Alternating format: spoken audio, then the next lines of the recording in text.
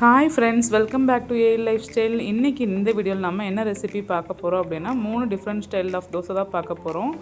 என்னென்ன தோசை அப்படிங்கிறத பார்க்கலாமா? ஃபஸ்ட்டு பண்ணியிருக்கிறது வந்து க்ரீன் கலரில் இருக்கிறது முருங்கை இலை யூஸ் பண்ணி செஞ்ச தோசை, பீட்ரூட் தோசை, கேரட் தோசை பண்ணியிருக்கேன். இந்த மூணுமே குழந்தைங்களுக்கு இப்போ டிஃப்ரெண்ட் ஸ்டைலில் செஞ்சு கொடுக்குறப்ப குழந்தைங்க நல்லா விரும்பி சாப்பிடுவாங்க. வாங்க எப்படி பண்ணலாம் அப்படிங்கிறத பார்க்கலாம். 3 பவுலில் வந்து பேட்டர் பிரித்து வச்சுருக்கேன், இட்லி மாவு.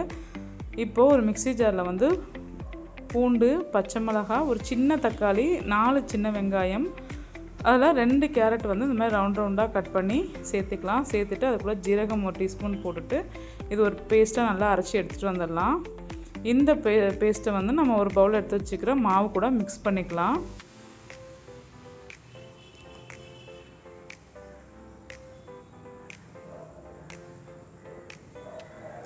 மாவு வந்து நல்லா கெட்டியாக இருக்கணும், ரொம்ப தண்ணியாக இருக்கக்கூடாது. நம்ம ஆல்ரெடி இந்த பியூரியை வந்து அரைச்சி சேர்க்கும்போது இன்னும் கொஞ்சம் தண்ணியாகும். அதனால் மாவு நல்லா கெட்டியாக இருக்கணும். இப்போ அந்த கேரட் மிக்ஸுக்கு தேவையான உப்பு மட்டும் சேர்த்துக்கோங்க. ஆல்ரெடி மாவில் உப்பு இருக்கும், கொஞ்சம் பார்த்து சேர்த்துக்கோங்க. இப்போது கேரட் மிக்ஸ் ரெடி ஆகிடுச்சு. இதை தோசை ஊற்றிக்கலாம் நம்ம. இப்போது அடுத்து பீட்ரூட் தோசை பண்ண போகிறோம். அதுக்கு சேம் பூண்டு, ஒரு பச்சை மிளகாய், ஒரு அரை பீட்ரூட் எடுத்திருக்கேன். இஞ்சி கொஞ்சம் சேர்த்துக்கோங்க. பீட்ரூட் பெருசாக இருந்ததுனால ஒரு அரை பீட்ரூட் எடுத்திருக்கேன். எடுத்துகிட்டு இதையும் ஒரு பேஸ்ட்டாக அரைச்சிட்டு வந்துடலாம்.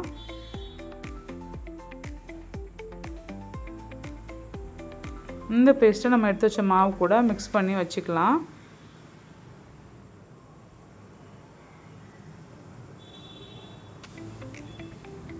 பாருங்கள், இந்த அளவுக்கு நல்லா மிக்ஸ் பண்ணி வச்சுக்கோங்க. இதிலே நீங்கள் லைட்டாக உப்பு சேர்த்துக்கோங்க, அது ஸ்கிப் ஆகிருக்கு வீடியோவில். இப்போ அடுத்து முருங்கை இலை தோசைக்கு அடுப்பில் ஒரு பேன் வச்சுட்டு அதில் லைட்டாக எண்ணெய் சேர்த்துட்டு அதில் ஜீரகம், பூண்டு, சின்ன வெங்காயம், பச்சை மிளகா இதெல்லாம் சேர்த்துட்டு நல்லா வதக்கி விடுங்க. இது வதக்கும் போதே வந்து 2 கைப்பிடி அளவுக்கு முருங்கை இலை எடுத்து நல்லா வாஷ் பண்ணி வச்சுருக்கேன். அந்த இலையை இது கூட சேர்த்துக்கலாம். இதை ரொம்ப நேரம் வதக்கணும்னு அவசியம் இல்லை.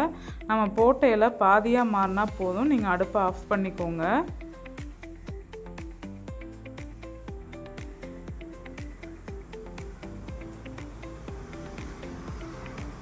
இப்போ இந்த அளவுக்கு இந்த இலை வந்து பாதியாக வந்தோன்னா அதை ஒரு மிக்ஸி ஜாரில் ஆற வச்சுட்டு சேர்த்து அரைச்சிக்கோங்க. இதை சேர்த்துட்டு இதிலேயே கொஞ்சம் உப்பும் கொஞ்சம் தண்ணியும் சேர்த்து இதையும் பியூரியாக அரைச்சிட்டு வந்துடலாம்.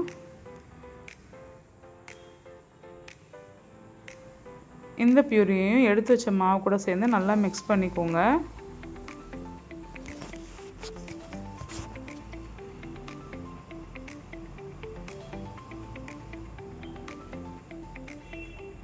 இப்போது 3 தோசை பேட்டர் ரெடி ஆயிடுச்சு. முருங்கை இலை தோசை, கேரட் தோசை, பீட்ரூட் தோசை 3மே ரெடி ஆயிடுச்சு.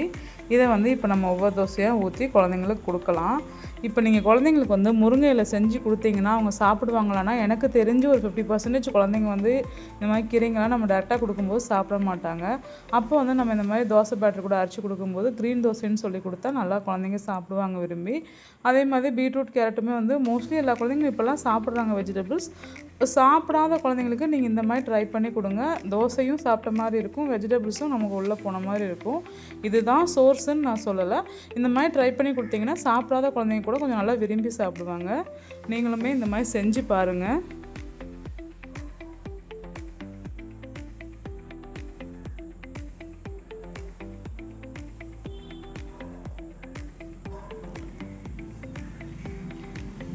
இப்போ நான் இதுக்கு வந்து தக்காளி சட்னியும் பொடியும் வச்சு சர்வ் பண்ணியிருக்கேன். நீங்களும் இந்த மாதிரி கலர்ஃபுல்லான தோசை செஞ்சு குழந்தைங்களுக்கு கொடுங்க.